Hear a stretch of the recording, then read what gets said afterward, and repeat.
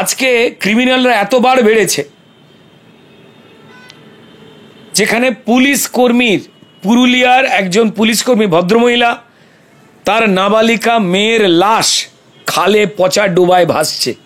আজকে একটা পুলিশ কর্মীর মেয়ের দেহ জলে ভাসছে না। ওই যে স্লোগান, পুলিশ তুমি চিন্তা করো তোমার মেয়ে হচ্ছে বড়, পাল্টা পুলিশকে দিয়ে, পুলিশের কোনো এক বাচ্চা মেয়েকে দিয়ে ভিডিও করে পুলিশ বলেছিল, পুলিশের মেয়ের চিন্তা ছাড়ো, আমরা নিজের মতোই হচ্ছি বড়। আজকে সেই পুলিশের মেয়েই লাশ হয়ে নাবালিকা বাচ্চাটা পুরুলিয়ার খালে পড়ে রয়েছে। আর সেই পুলিশ কর্মী ভদ্রমহিলা হাউ হাউ করে কাঁদছেন। তিনি বলতে পারছেন না হয়তো যে যারা মেরেছে আমি তাদের চিনি, যারা মেরেছে তারা শাসক দলের ঘনিষ্ঠ লোকজন এবং ক্রিমিনাল। তিনি বলতে পারছেন না, কারণ তার সন্তান গেছে, চাকরিটাও না হলে চলে যাবে। খেলার মাঠে স্লোগান উঠেছিল প্রথম ডার্বির মাঝে, খেলাপ্রিয় ছেলে মেয়েরা রাজনীতি বোঝে না, যে পুলিশ তুমি চিন্তা করো তোমার মেয়েও হচ্ছে বড়। তারপর সেই স্লোগান সব জায়গায় ছড়িয়ে পড়েছিল। আরজিকর কাণ্ডের আবহে যখন ডার্বি ক্যান্সেল করে দিল ভয়তে পুলিশ, তা জাস্টিস ফর আরজিকর সেই ব্যানার নিয়ে গিয়েছিল বলে। পুলিশ মন্ত্রীকে মমতা বন্দ্যোপাধ্যায়, পুলিশের কাজ কি তথ্য প্রমাণ লোপাট করা, পুলিশের কাজ কি সাংবাদিকদের জেলে পুরে দেওয়া, নিরপেক্ষ মানুষকে জেলে পুরে দেওয়া। আইন ভাঙছে এবং মানুষের জীবনকে ভাঙছে, তাদেরকে রক্ষা করবার জন্য পুলিশ তার চাকরি করছে। কারণ পুলিশ মন্ত্রীর নির্দেশ, যারা ক্রিমিনাল তারা আমার দলের সম্পদ। তিনি তো বিভিন্ন যারা ক্রাইম করেন, মানুষের চাল ডাল আবাস কয়লা বালি চুরি করেন, জেল খাটেন, তাদেরকে তিনি বীর বাঘের বাচ্চা বলে। আপনাদের প্রত্যেক সাংবাদিককে গাঁজা কেস দেওয়া হয়, এবং যে সাংবাদিকরা সমাজের সত্যি ঘটনা তুলে ধরে পুলিশকে দিয়ে পুলিশ মন্ত্রী ব্যবহার করেন, বা পুলিশ মন্ত্রীর নির্দেশে এই বিনীত গোয়েলদের মতো লোক, রাজীব কুমারের মতো লোক, এই ভার্মাজিদের মতো লোক, তারা জুনিয়র পুলিশ কর্মীদের নির্দেশ দেন এই অন্যায়টা করতে, উপাধি দেন। কোনো ভদ্রলোক যারা ভালো কাজ করছেন, ভুলে যান দলমত রাজনীতি, তিনি প্রকাশ্যে কখনো বলেন? তিনি বলেন না, নাগাড়ে মিথ্যে কথা বলে যান। কখন মানুষকে আতঙ্কিত মনে হয় শাসকের, কখন মানুষকে দমন করে, সংবাদ মাধ্যমকে দমন করে, বিরোধীদের দমন করে রাখবার চেষ্টা চলে, পুলিশকে ব্যবহার করে, ক্রিমিনালকে ব্যবহার করে শাসকের, যখন তার প্রতি ভালোবাসা সরে গেছে, তার প্রতি বিশ্বাস সরে গেছে, সে যে ফেলিওর এবং ঠকাচ্ছে এটা মানুষ একের পর এক সহ্য করতে করতে করতে করতে তারা জেনে গেছে। আরজি করের জন্য যে মায়েরা বোনেরা মানুষেরা রাস্তায় নেমেছিলেন, প্রতিবাদ করেছিলেন, রাত জেগেছিলেন, সেটা একটা ঘটনার জন্য নয়। নাগাড়ে ক্রমাগত অপরাধ, দুর্নীতি, তারপর কলার তুলে কথা বলা, পুলিশকে ব্যবহার করে মিথ্যে কেস দেওয়া, ক্রিমিনালদের ব্যবহার করে ভয় দেখানো, একের পর এক প্রাণ চলে যাওয়া, তার বিরুদ্ধে মানুষ রাস্তায় নেমেছিলেন। অনেক জমাট ক্ষোভের বহিঃপ্রকাশ ছিল আরজি করের ঘটনা। শুধুমাত্র আরজি করের আমাদের মৃতা বোন, যাকে পরিকল্পিতভাবে খুন করা হলো, শেষ করে দেওয়া হলো, সেই অভয়া বা তিলোত্তমার একটা ঘটনা নয়। দেখুন তারপরেও একের পর এক ঘটনা ঘটেছে, প্রায় 20-22টা মহিলার সর্বনাশ হয়ে গেছে, খুন হয়ে গেছেন, স্বামীর সামনে থেকে তুলে নিয়ে যাওয়া হয়েছে। যতক্ষণ না সেটা মানুষের মোবাইল বা নিরপেক্ষ মিডিয়ার মাধ্যমে সামনে চলে আসছে, লোকে ছিচি করছে, পাছে 2-1টা ভোট নষ্ট হয়, তখন বাধ্য হয়ে পুলিশকে বলে এদের 3-4 জনকে তুলে নাও, এমন কোনো ধারা লাগাও যেখানে 4-6 মাস পরও ছাড়া পেয়ে যাবে। ক্রিমিনাল এই দলের সম্পদ, আমি বলছি না, তারা প্রমাণ করছেন বারবার। শুভেন্দু অধিকারী আপনার দিকে তাকিয়েছে কখনো? যদি দেখা হয়, কথা হয়, তিনি আমার দলের নেতা। শুভেন্দু অধিকারী আজ বললেন, আমি যার দিকে তাকাই তিনি ধ্বংস হয়ে যায়। মূলত নাম নিয়েছেন শেখ শাহজাহানের, কিছু বলবেন এই বিষয়ে? দেখুন, রাজনৈতিক ক্ষেত্রে শুভেন্দু অধিকারী অত্যন্ত মন দিয়ে নিজের কাজ করেন।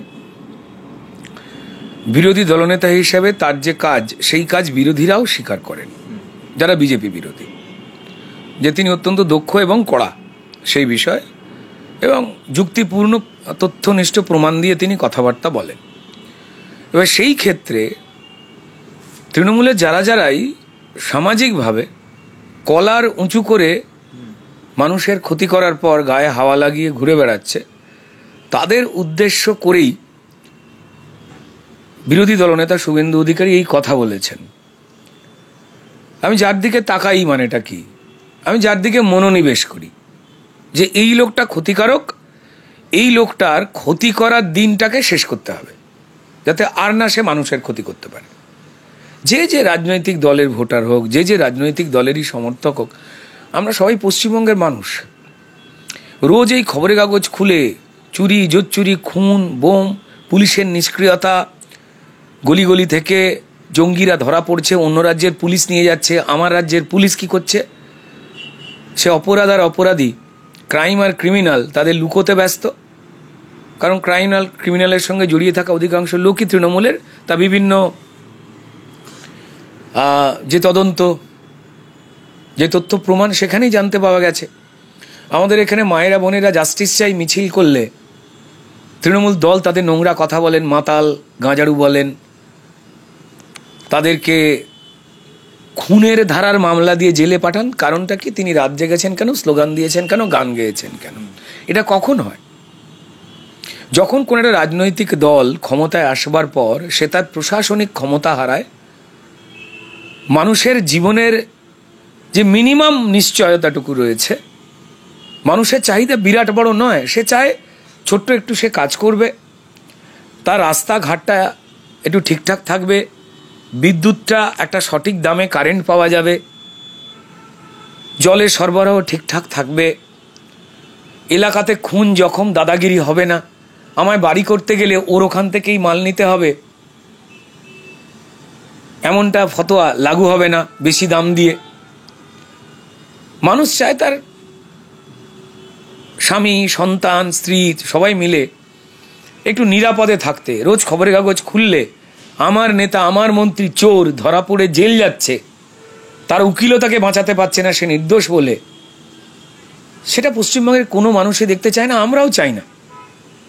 কিন্তু অপরাধকে এবং অন্যায়কে যেভাবে শিল্পের জায়গায় নিয়ে গেছে তৃণমূল, বিশেষ করে তৃণমূল দলের নেত্রী আমাদের সম্মানীয় মুখ্যমন্ত্রী মমতা বন্দ্যোপাধ্যায়, যিনি পুলিশ মন্ত্রী এবং স্বাস্থ্যমন্ত্রী বটে,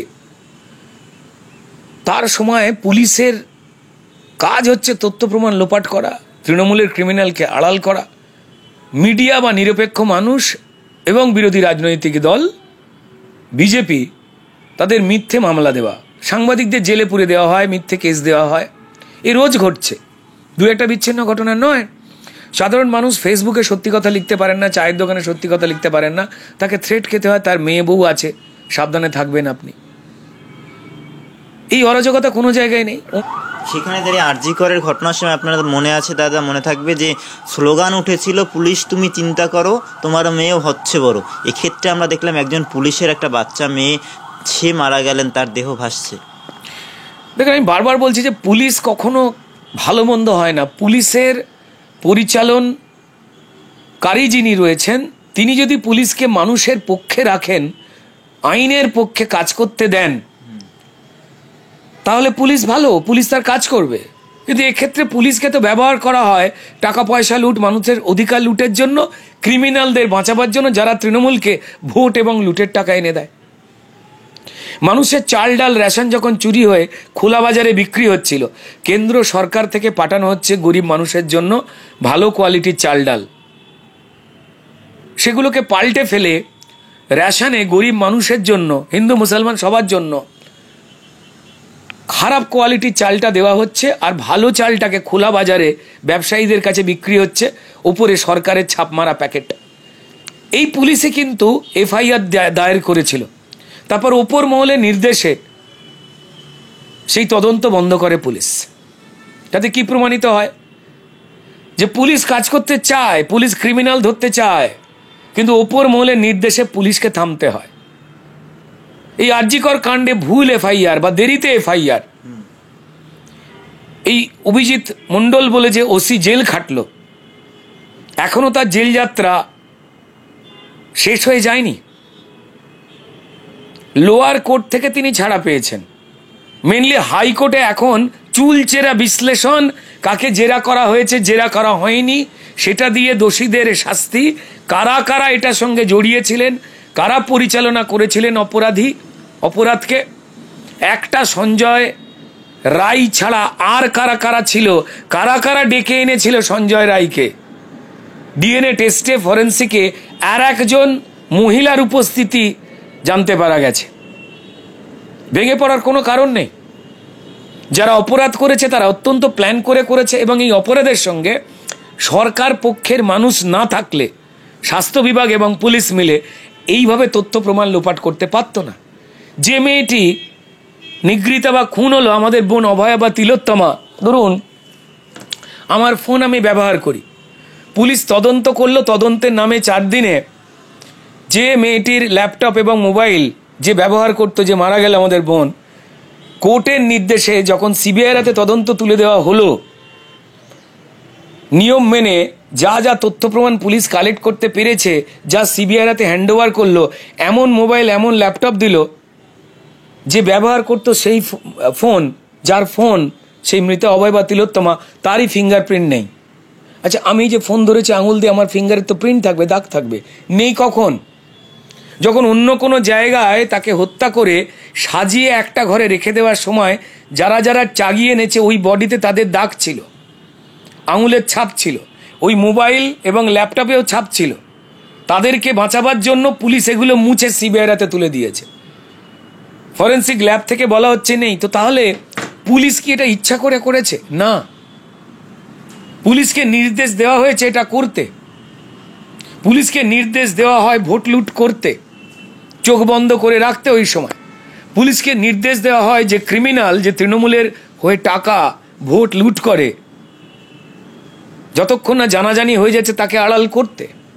আর যারা সত্যি কথা বলছে, তিনি নিরপেক্ষ মানুষ হোক, বিজেপি হোক বা নিরপেক্ষ মিডিয়া হোক, তাদের দমন করতে।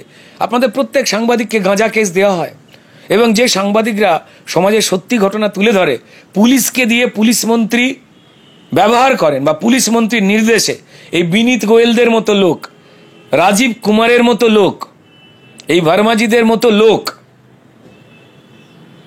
তারা জুনিয়র পুলিশ কর্মীদের নির্দেশ দেন এই অন্যায়টা করতে।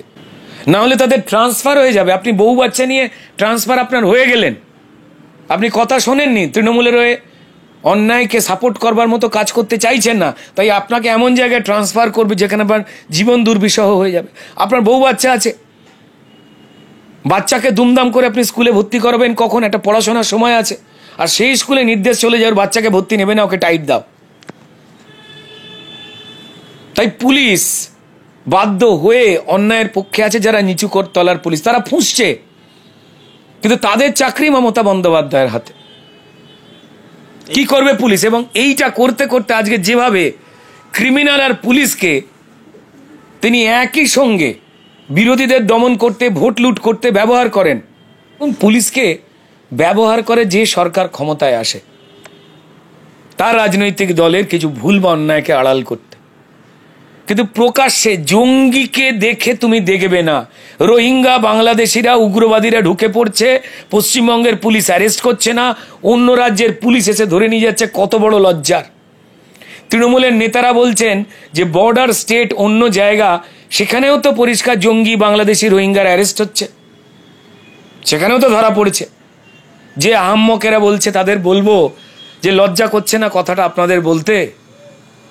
তাদের রাজ্যের পুলিশ, তাদের রাজ্যে যারা খারাপ কাজ করছে, আইন ভাঙছে, সেই রোহিঙ্গা, সেই জঙ্গি, সেই অনুপ্রবেশকারী বাংলাদেশিদের অ্যারেস্ট করছে। আর আমাদের রাজ্য পশ্চিমবঙ্গ থেকে তারা ধরে নিয়ে যাচ্ছে জঙ্গি। যে রাজ্যের পুলিশ সে রাজ্যের লোকজনকে অ্যারেস্ট করছে যারা খারাপ, আর আপনার রাজ্যের পুলিশ যারা আপনার রাজ্যে খারাপ কাজ করছে, যে জঙ্গিরা ঢুকে পড়ছে, বোম বাঁধছে, অবৈধ মাদ্রাসা খুলছে, আপনি তাদেরকে ভোটার আই কার্ড বানিয়ে দিয়ে টাকার বিনিময়ে তাদের তৃণমূলের ভোটার বানাচ্ছেন। আর মুসলমান দেখলেই বলে দিচ্ছেন ও মুসলমান, অর্থাৎ তৃণমূলের ভোটার। এবার বাংলাদেশি মুসলমান, রোহিঙ্গা মুসলমান ঢুকে পড়ে আমাদের মুসলিম সমাজের 12টা বাজিয়ে দিচ্ছে। আমাদের মুসলিম সমাজকে মানুষ সন্দেহের চোখে দেখছে। যারা মুসলিম সমাজের মধ্যে ভারতবর্ষকে ভালোবাসেন, যারা মানবতাকে ভালোবাসেন, যারা পড়াশোনা করেন তাদের মাথা হেঁট হয়ে যাচ্ছে। দুর্ভাগ্যজনক একটা বড় অংশের ইমামকে ব্যবহার করে জোর করে তৃণমূল লিফলেট বিলি করেছিল 2024-এ, কারণ তারা চাল ডাল চাকরি বাকরি যা যা চুরি করেছেন তা একা হিন্দু নয়, যে যে বাচ্চা ছেলে মেয়েগুলো ধর্ণা দিচ্ছে বা যাদের চাকরির ভবিষ্যৎ ঝুলে রয়েছে ক্যান্সেল হয়ে যাবে কিনা, হাজার হাজার ছেলে মেয়ে, তাতে একা হিন্দু নেই, মুসলমান আছে, অন্য ধর্মের মানুষ রয়েছে, তাদের সবার 12টা বাজিয়েছে তৃণমূল। তারা সবাই জানেন, তারা শিক্ষিত।